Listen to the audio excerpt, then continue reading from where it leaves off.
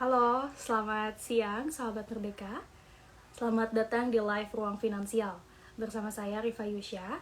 Dalam 45 menit ke depan kita akan berbincang-bincang dengan tema waspada penipuan investasi kripto. Nah, sahabat Merdeka, narasumber kita pada siang hari ini yaitu Ketua Umum Asosiasi Pedagang Aset Kripto Indonesia sekaligus juga COO dari toko kripto yaitu Mas Teguh Kurniawan Harmanda atau yang biasa disapa Mas Manda. Nah, sahabat Merdeka, ini toko kripto sudah join live kita pada siang hari ini. Kita langsung saja live bersama toko kripto. Sebelumnya saya ingin menyapa teman-teman dulu yang sudah bergabung. Halo semua, selamat siang menjelang sore. Ini mungkin ada yang lagi di kantor kan, lagi leha-leha sebentar lalu nonton live Instagram merdeka.com dan toko kripto atau sedang apa ini. Nah, kita di sini nanti akan bahas ya terkait waspada penipuan investasi kripto. Halo Mas Manda. Halo, selamat sore Mbak Rifa ya. Iya benar. Mas Manda, terima kasih sudah bergabung bersama merdeka.com pada sore hari ini nih Mas ya. Siang menjelang sore nih, jam-jam segini biasanya kan. Iya, iya, iya. Ya Mas ya. Baik, Siang baik. menjelang sore. Apa kabar Mbak Rifa? Sehat, alhamdulillah Mas. Manda, apa kabar Mas? Suara saya bisa kedengaran jelas ya? Bisa, bisa. Oke, oke, Sehat oke. Mas? Yap, sehat Alhamdulillah. Alhamdulillah. Oke, ini baru mau mulai sudah banyak nih dari semangat teman-teman Muhammad Arya. Semangat Mas Manda. Ye, katanya. Oke, baik, Terima baik. kasih. Iya, oke. Semuanya terima kasih yang sudah join. Nah, di sini kita mau fokusnya tentang penipuan ini Mas ya, supaya pencegahan juga ya Mas ya. Nah, Mas sebelumnya bisa dijelaskan tidak sih Mas sebenarnya bagaimana perkembangan investasi kripto saat ini di Indonesia sendiri? Yap, thank you Mbak Rifa. Jadi kalau kita melihat perkembangan kripto aset atau aset kripto di Indonesia, ini juga tergolong fantastis ya. Jadi dari data dari Bapepti, data terakhir dari Bapepti maksud saya, itu di Desember 2021 itu sudah mencapai 11,2 juta investor aset kripto di Indonesia. Jadi sudah 2 digit nih investor aset kripto kita di Indonesia. Tentu ini pertumbuhan yang luar biasa jika dibandingkan dengan tahun 2020 yang hanya sekitar 2,5 juta customer ya saat itu. Nah, kalau dilihat dari volume transaksinya, ini juga luar biasa tinggi. Jadi kalau dari volume transaksi yang sebelumnya di 2020 itu hanya sekitar berapa 190 juta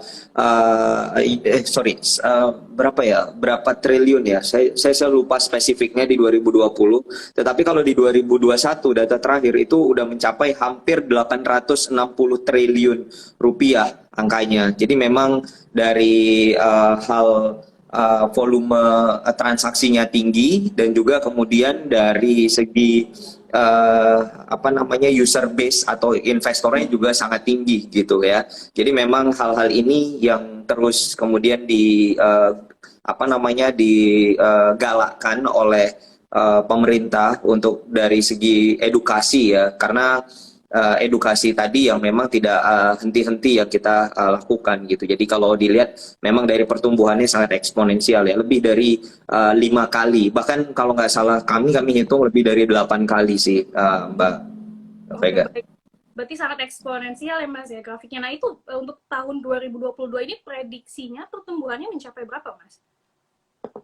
Ya, kalau terakhir diskusi kami bersama Bapepti ya, untuk pertumbuhan di 2020 itu angkanya juga masih coba moderate ya. Jadi angka-angka yang mungkin bisa dicapai itu sekitar 2 sampai 3 kalinya dibandingkan dari 2021 sebelumnya. Jadi pertumbuhan eksponensial yang terjadi sepanjang 2021. Nah, ini kemudian ekosistemnya juga kita tambah lagi gitu ya, utility-nya segala macam. Nah, kita berharap bahwa orang sudah memiliki memiliki akses untuk bisa masuk ke dalam crypto industri tersebut gitu. Jadi sejalannya industri semakin besar, kita harapkan juga pertumbuhan dari investor juga semakin lebih besar lagi. Jadi kalau beberapa data dan informasi kita dapat di 2020 2025, jadi 2 sampai dengan 4 tahun yang akan datang gitu ya, itu setidaknya ada sekitar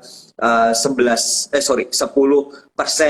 populasi masyarakat di Indonesia, atau sekitar 27 juta sampai dengan 30 juta customer untuk aset kripto kita di Indonesia. Jadi tentu hal ini pastinya sejalan dengan data-data yang kita dapat. Kalau dari volume transaksi, kalau di tahun 2021 aja sudah 860 triliun ya. Jadi mungkin di 2022 sudah lebih dari 3 digit nih, Mbak Rifa. Jadi mudah-mudahan memang pertumbuhannya semakin positif.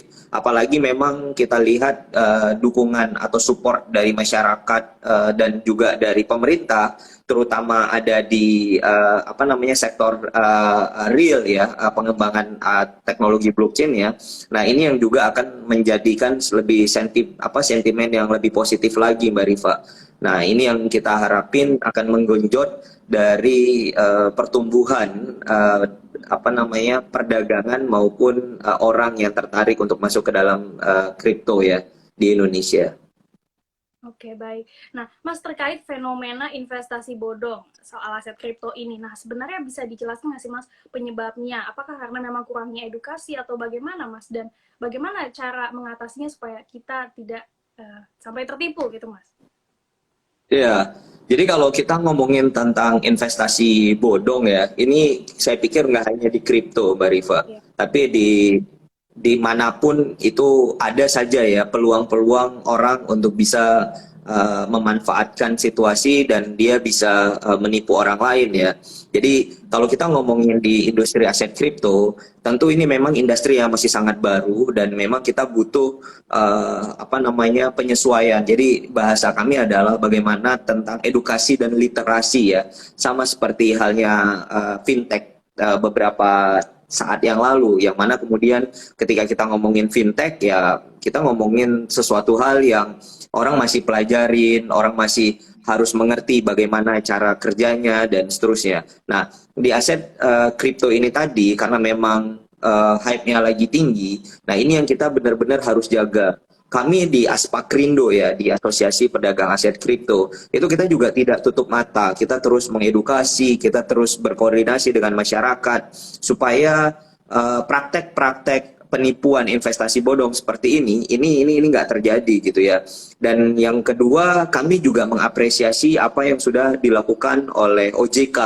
Dalam hal ini kan OJK memiliki yang namanya Satgas Waspada Investasi, yang kemudian mereka bisa menjaring apa namanya investasi-investasi ilegal, baik itu yang kripto maupun non kripto. Nah, ini juga yang kita juga apa namanya bersyukur lah kerjasama antara beberapa stakeholder, termasuk juga dari kepolisian ya, yang kemudian membantu lebih banyak lagi. Nah, adapun kalau kita melihat data ya, Mbak Rifa, ini bukan hanya terjadi maraknya kasus penipuan, ini nggak hanya di Indonesia, tetapi secara global pun itu lagi-lagi tinggi-tingginya. Jadi setidaknya memang dari data yang kami punya, itu ada lebih dari 200 triliun ya secara total, secara di dunia ya, apa namanya penipuan yang menggunakan aset kripto. Jadi memang dari segi pertumbuhan industrinya tinggi dan dari segi risiko terhadap penipuannya juga memang tidak bisa kita bantah sih, itu juga masih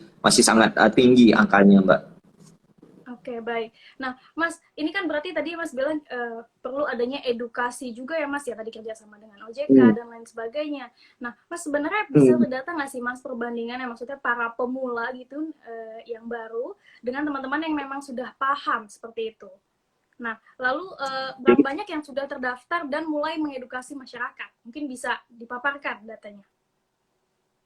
Ya, jadi kalau misalnya kita ngomongin tentang segmentasi customer di kripto, itu setidaknya ada lebih dari 60% itu masih pemula, bukan pemula, masih segmentasi umur muda ya, awal ya, yaitu umur rentang 18 tahun sampai dengan umur 34 tahun gitu. Nah, ini udah menguasain lebih dari setengah investor yang ada di Indonesia. Nah, ini kan tentu memang perlu pembekalan ya, apalagi untuk orang-orang yang masuk ke kripto hanya karena ikut-ikutan. Ini kan juga cukup berbahaya ya, Mbak Rifa. Jadi kita terus mengedukasi untuk mereka apa namanya mempelajari, jangan hanya pernah ikut-ikutan, dan mereka juga benar-benar harus menguasai apa yang mereka akan melakukan pembeliannya gitu. Jadi kami di Aspakrindo itu kita kerjasama dengan beberapa stakeholder yang lain seperti kayak di BI,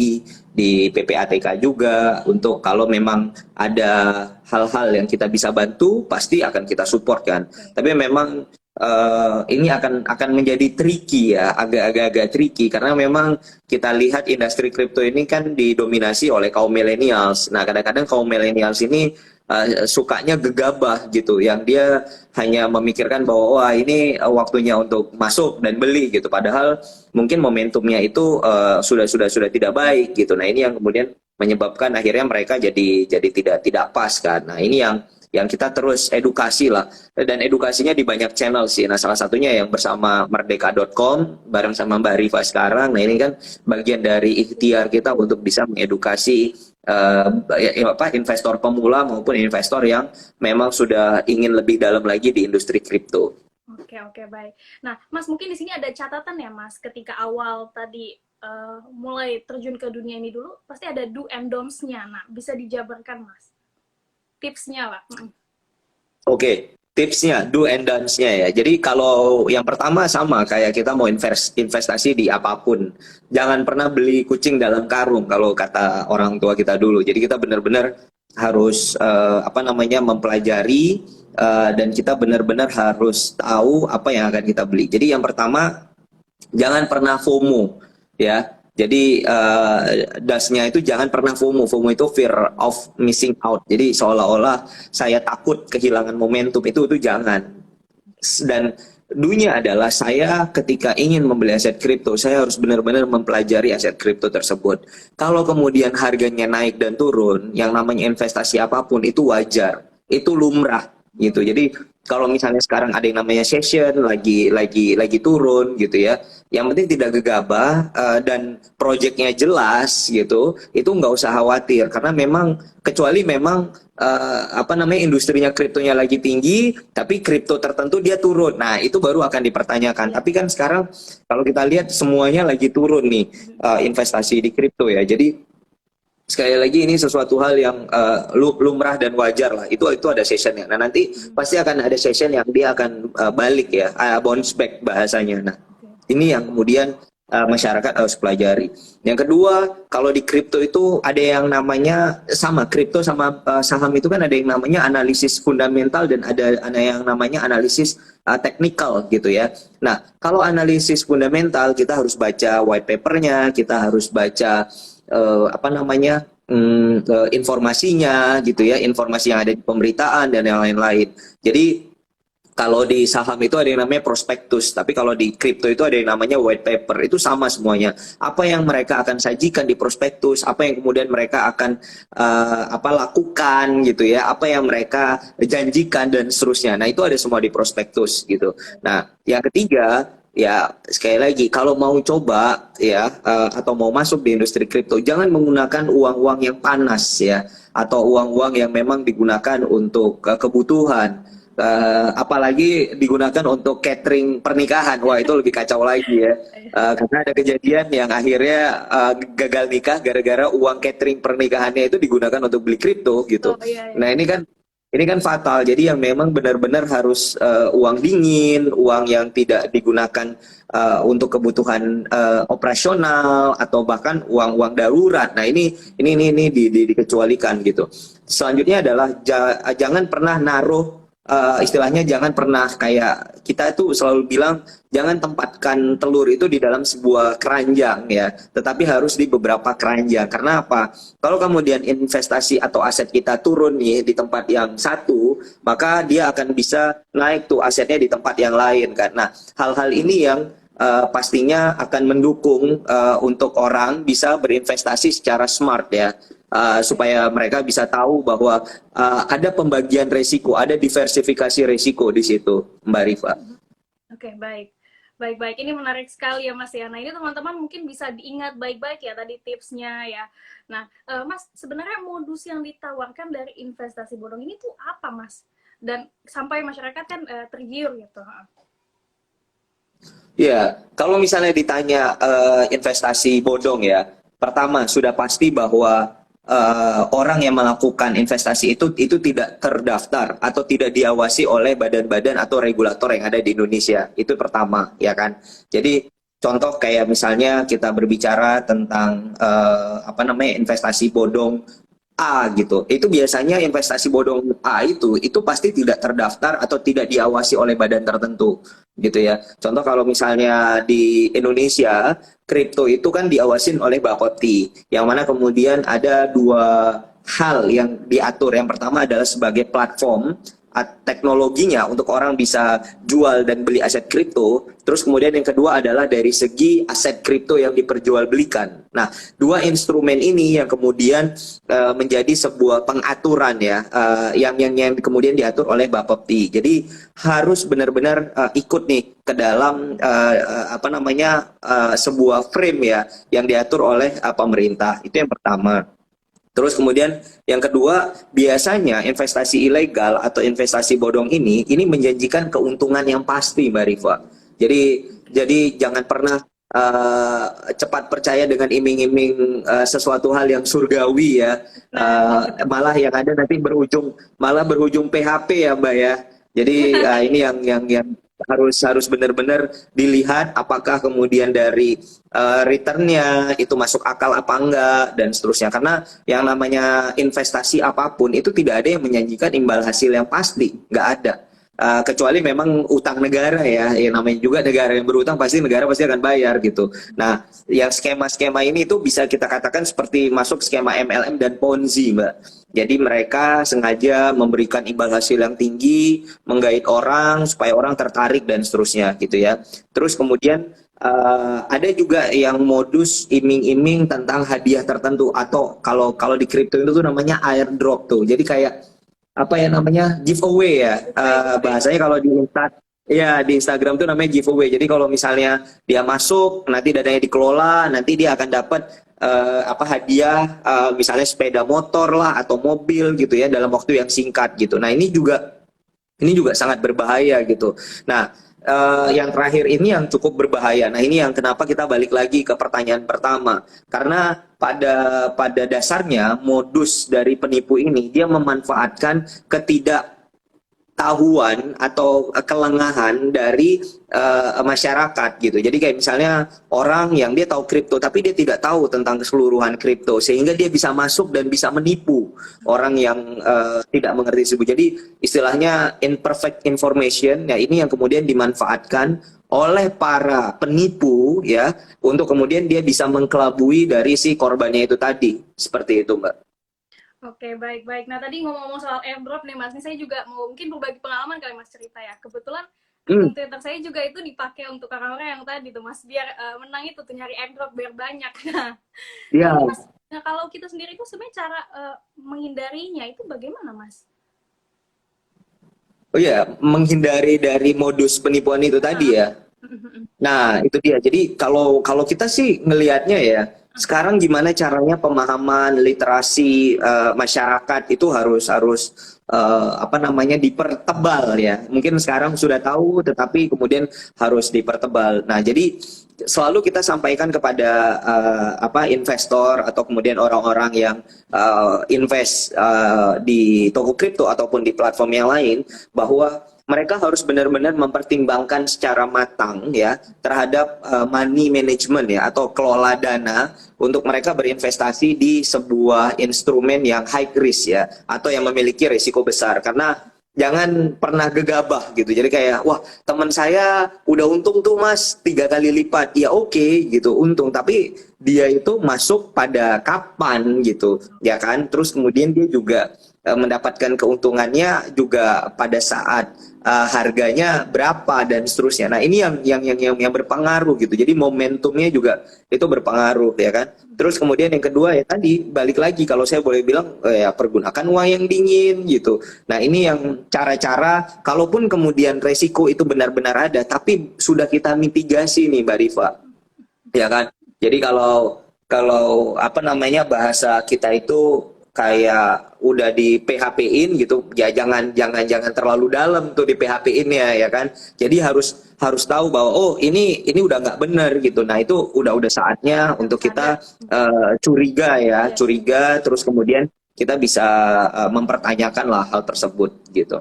oke, baik, baik, baik. Terima kasih Mas Mada. Ini bermanfaat sekali ya, ini tadi jawabannya dan detail sekali loh Mas. Terima kasih Mas sebelumnya. Nah, teman-teman di sini mungkin bisa diingat ya supaya kita tidak jadi korban dan kita sendiri juga tidak melakukan kesalahan ya, karena itu merugikan diri kita sendiri dan mungkin orang lain ya Mas ya, karena tadi bisa juga kita minta bantuan uang ke orang kemana-mana gitu ya Mas ya, dan keluarga Betul, semua. Banyak ya Mas ya kasusnya seperti itu, sampai ada yang banyak banget. iya, sampai ada yang Bahkan rugi. bahkan Iya Mas? ya itu tadi, bahkan ada yang sampai minjem duit ya Iya. kan karena dia merasa bahwa wah ini udah pasti untung gitu, pasti dia pinjam duit. Ya itu tadi termasuk yang saya bilang yang apa uang untuk catering pernikahan itu karena dia yakin bahwa harga kriptonya naik, tiba-tiba dia masuk gitu.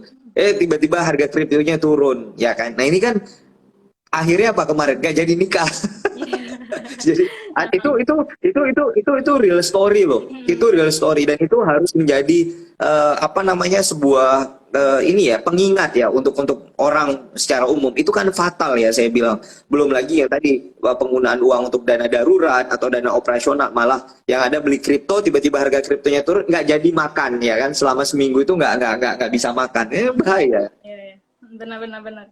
Baik, baik, baik. Terima kasih, Mas. Nah, Mas, ini banyak sekali ternyata pertanyaan dari teman-teman nih, Mas. Tapi banyak juga yang nanyain soal koin ya, lebih ke token ya. Ini teman-teman kita Hmm. tampung dulu ya pertanyaannya. Terima kasih banyak. Nah, ini ada yang bertanya dari @josephsin27. Apakah mata uang kripto ini berpotensi untuk menggantikan mata uang konvensional di masa depan? Nah, terkait hal ini nih, Mas.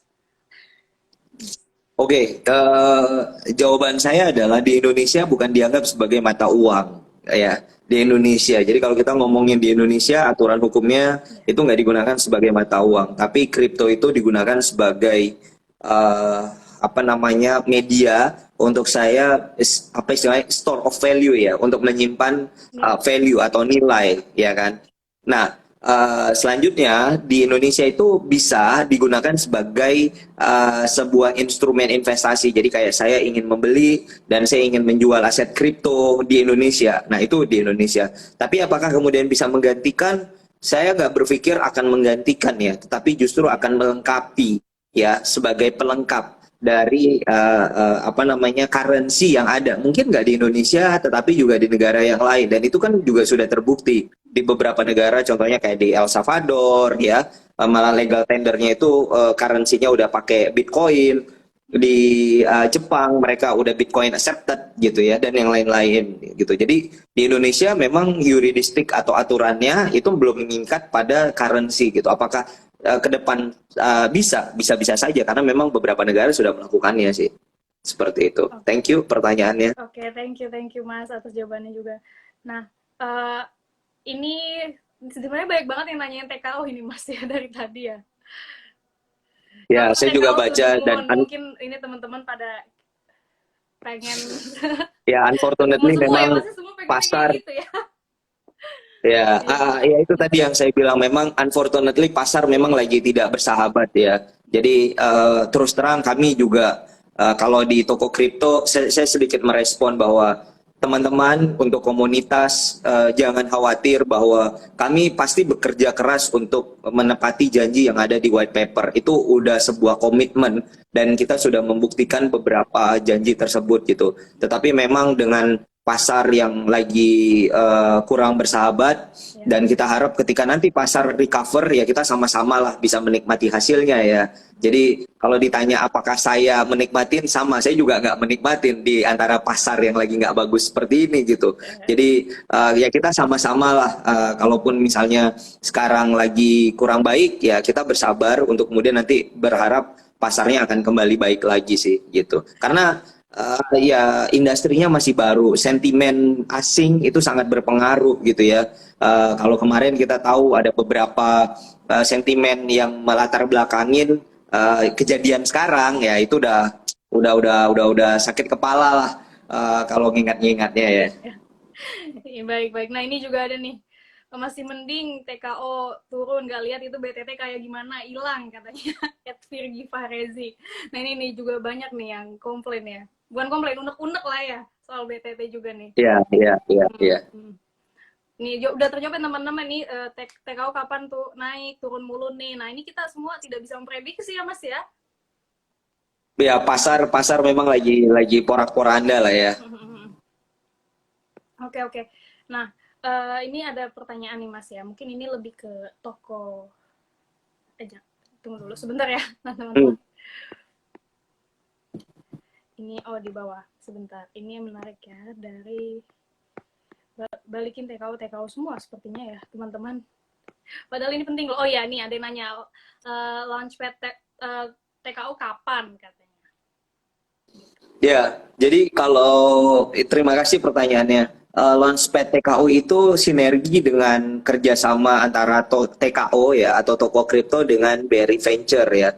Jadi kemarin kan toko kripto dengan BRI Venture Capital di bawah anak perusahaannya BRI, itu kita membuat inisiatif yang namanya Toko Kripto Sembrani Blockchain Accelerator. Jadi tujuannya adalah untuk bisa membawa proyek-proyek lokal ya, yang kemudian mereka punya sebuah standar secara global dan kemudian panggung untuk mereka jualan pun secara dunia gitu ya, secara worldwide gitu. Nah, kita juga ingin membuat sebuah culture, kita ingin membentuk sebuah apa namanya mentality bagi founders atau blockchain developer dari Indonesia, itu bagaimana mereka bisa berkompetisi dengan global project global blockchain project gitu ya. Nah, kita juga nanti pasti akan ngasih advisor, kita juga akan listing, membantu mereka untuk listing, tokenomics-nya juga kita akan bantu gitu ya.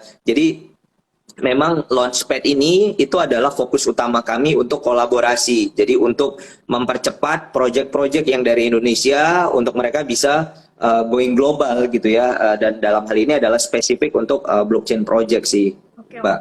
baik. Nah, Mas, berarti tadi kan dari yang Mas sebutkan itu, bisa dijelaskan lagi nggak sih Mas terkait fokus kolaborasi sama BRI Venture itu berarti terkait apa Mas? Oh ya, Fokusnya utamanya. jadi kalau fokus kita betul. Jadi fokus kita itu adalah bagaimana kita bisa membentuk blockchain economics-nya ya. Jadi kan nggak semua orang tahu bahwa yang namanya kripto itu didasarkan dari sebuah apa namanya penciptaan bisnis model ya. Masalah yang diselesaikan apa gitu. Jadi jangan sampai orang buat kripto, makanya kenapa ada yang bilang namanya koin rug pull gitu ya, koin matching bahkan segala macam, karena utility-nya nggak jelas, kegunaannya nggak ada, ekosistemnya juga nggak ada. Nah, TKO itu kan dibuat, mereka punya sebuah ekosistem sendiri ya, ekosistem dalam hal ini komunitasnya jelas, main bisnisnya jelas adalah toko kripto. Terus kemudian kita membuat inisiatif namanya toko launchpad. Terus kemudian ada beberapa utility yang lain, termasuk nanti kita lagi ada launching satu hal yang mungkin nanti teman-teman di community juga pasti akan tertarik ya, sebagai penggunaan dari TKO itu sendiri. Nah, kita harapkan bahwa fokus kita di toko launchpad itu selain kita memang mengedukasi, kita memberikan awareness, kita juga akan memberikan funding ya, fundraising gitu ke mereka. Jadi kayak proyeknya bagus, ya udah kita danain gitu. Nah, nanti dari pendanaan itu ya sehingga mereka punya dana lah untuk kemudian mereka bisa marketing, mereka bisa apa namanya menggunakan dana tersebut untuk operasionalnya, sehingga kemudian nanti mereka bisa mandiri lah. Seperti itu sih, Mbak. Dan mungkin bisa menjadi the next unicorn dari Indonesia ya tentunya. Wow, iya ya, menarik karena ini kabarnya Toko Kripto dan BRI Ventures ini mencari 10 startup ya Mas ya? Startup blockchain ya Mas? Betul, Terkait ini bisa dijelaskan betul. Mas? Ya, jadi kita sekarang itu mencari 10 startup yang kemudian berkualitas ya untuk mereka bisa berkompetisi dalam arti yang positif dan menunjukkan bahwa produk mereka itu yang paling cocok dengan sistem blockchain gitu. Nah, nanti kita ada mentor yang kemudian mentor ini akan apa namanya mengadvise mereka, akan memberikan pemahaman yang mana kemudian mentor ini adalah global person blockchain ya. Jadi kayak orang-orang yang punya pengalaman ya secara worldwide untuk mereka menjalankan project blockchain. Nah, sekarang mereka akan membantu kita untuk bisa memfilter dan juga membentuk, mempoles ya, memake up bahasanya ya, memake up project-project yang ada di namanya TSBA ya, Toko Kripto Sembrani Blockchain Accelerator, untuk kemudian mereka bisa siap berkompetisi di pasar kripto global gitu, Mbak. Jadi memang benar kita cari 10 karena memang ada begitu banyak proyek yang dari Indonesia, cuman kita lihat nih yang mana yang paling berkualitas, itu yang kemudian akan kita ajak lah bersama-sama. Nah, Mas, ini menarik ya, Mas ya. Berarti apa yang dilakukan oleh Toko Kripto dan BRI Ventures ini berarti sudah membidik kalau 5 sampai 10 tahun lagi kalau teknologi blockchain ini memang sangat penting dan mungkin malah sehari-hari gitu ya, Mas ya. Terkait ini bagaimana, Mas, blockchain ke depannya? Iya, kita tahu belakangan itu juga happening yang namanya NFT ya, ataupun metaverse. Nah, itu kan juga salah satu implementasi dari blockchain teknologi gitu. Jadi bagaimana si blockchain itu bisa mengamankan karya seni gitu ya, bagaimana kemudian dia bisa melihat atau chop atau apa istilahnya melabel kepemilikan gitu. Nah, ini kan juga menjadi problem solve ya terhadap seniman, karena kita tahu bahwa seniman sekarang mereka membuat karya seni tapi kayak kurang dihargai gitu, royalti nggak ada gitu ya, dan keuntungan di mereka itu juga sangat terbatas gitu. Nah, dengan hadirnya NFT ini juga diharapkan bahwa proses yang berjalan dan kemudian juga ketika mereka jualan dan seterusnya. Nah, ini sangat membantulah, dan ini menjadi media jualan yang baru bagi mereka sebenarnya, Mbak Riva. Jadi sangat bagus ya ke depannya. Nah, yang kedua adalah tadi ya metaverse ya. Kita tahu metaverse sekarang bahkan Facebook, sebesar Facebook aja mereka sudah fokusnya mau ke arah metaverse. Jadi memang arahnya sudah mulai ke digital Web3 bahasanya gitu ya. Terus kemudian juga dari beberapa use case yang ada, baik itu di public sector maupun di private sector, mereka juga sudah memanfaatkan teknologi blockchain, Mbak Rifa. Jadi sekali lagi bahwa industri kripto maupun blockchain itu bukan hanya berkutat pada Bitcoin atau harga Ethereum ya. Karena pasti kalau kita ngomongin harganya naik dan turun, tapi kalau kita ngomongin bagaimana penerapan teknologi blockchain ya, nah ini yang menjadi sesuatu hal yang kalau menurut saya ini yang paling menarik sih ke depannya. Oke. Apalagi kan Pak Jokowi sendiri mendukung ya, Mas ya. Metaverse bulan Desember sampai diungkapkan juga ya, Mas, going metaverse kita. Iya, beberapa kali. Ya, beberapa kali ya beliau mention ya tentang metaverse ya. Oke, baik. Terima kasih Mas atas jawabannya. Nah, ini kita ingin lagi menjawab pertanyaan dari teman-teman nih. Terima kasih semua yang sudah bertanya. Ini sampai ada yang minta maksa dijawab nih. Terima kasih semua untuk antusiasnya. Ini kita sebenarnya senang sekali, tapi mohon maaf bukan kita mau jawab, tapi kita tampung dulu. Oke, baik.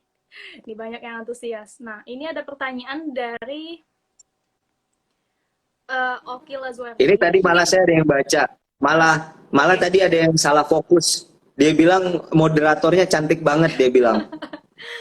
Halo semua. Terima kasih, Amin. Ini lagi pakai make up. Ini ada pertanyaan dari lebih menguntungkan jadi investor atau trader dalam investasi aset kripto dari Oki Lazuardi. Terima kasih atas pertanyaannya. Bisa dijawab, Mas. Menarik.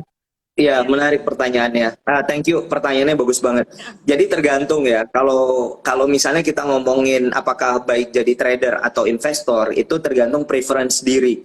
Jadi kalau saya terus terang itu nggak cocok jadi trader ya, karena kalau jadi trader selama ini pasti kurang beruntung lah gitu.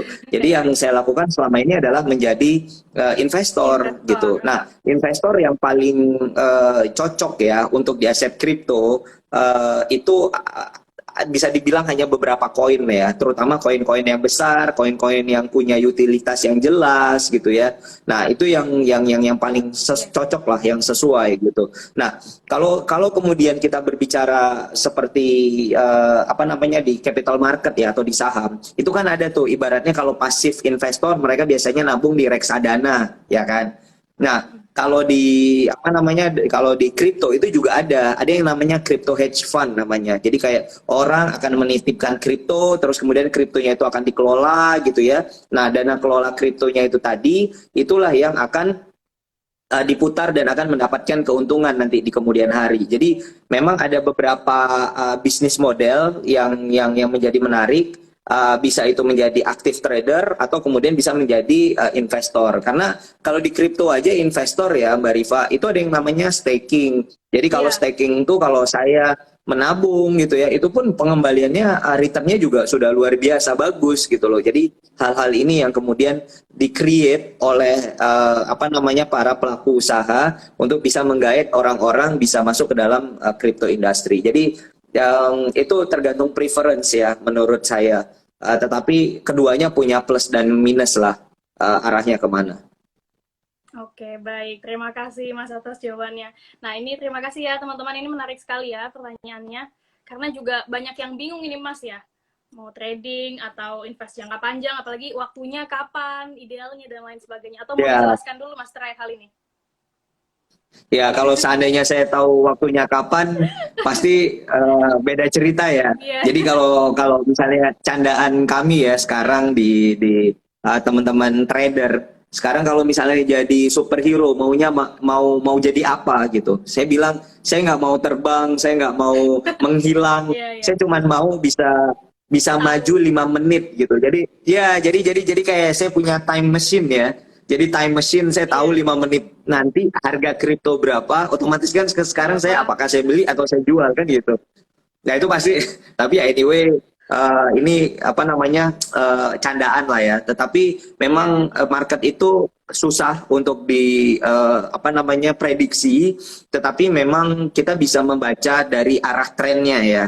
Jadi Betul ya. apakah kemudian trennya nanti akan turun, trennya akan naik, ataukah kemudian ada sentimen dari beberapa regulator. Nah itu yang menjadi penting sekali sih Mbak Rifa.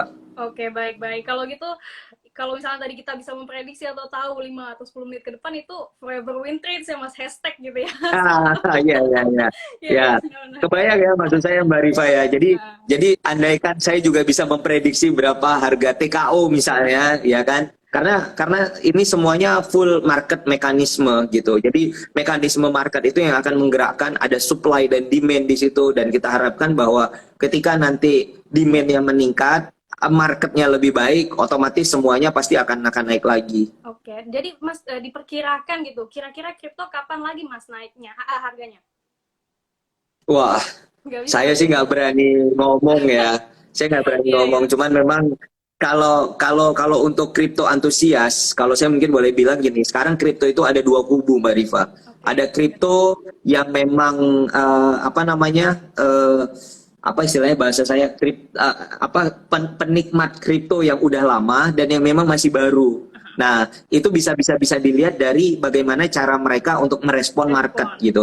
Biasanya kalau untuk kripto yang lama, ketika market turun, sekarang justru mereka Santai. beli sebanyak-banyaknya. Oh, beli. Oh.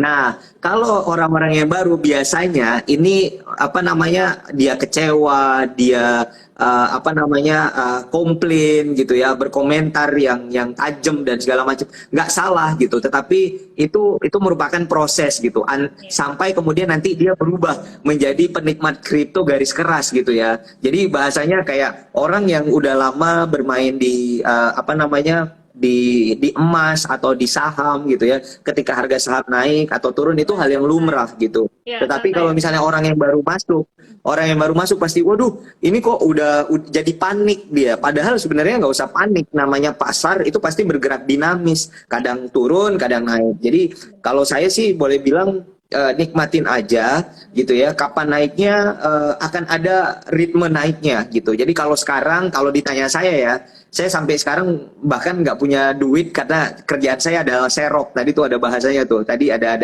yang komen bahwa ini waktunya serok. Bener. Ini waktunya serok Iya, untuk iya tadi orang ada yang yang bilang. memang iya iya kripto kripto garis keras pasti ini waktunya istilahnya diskon Mbak Rifa.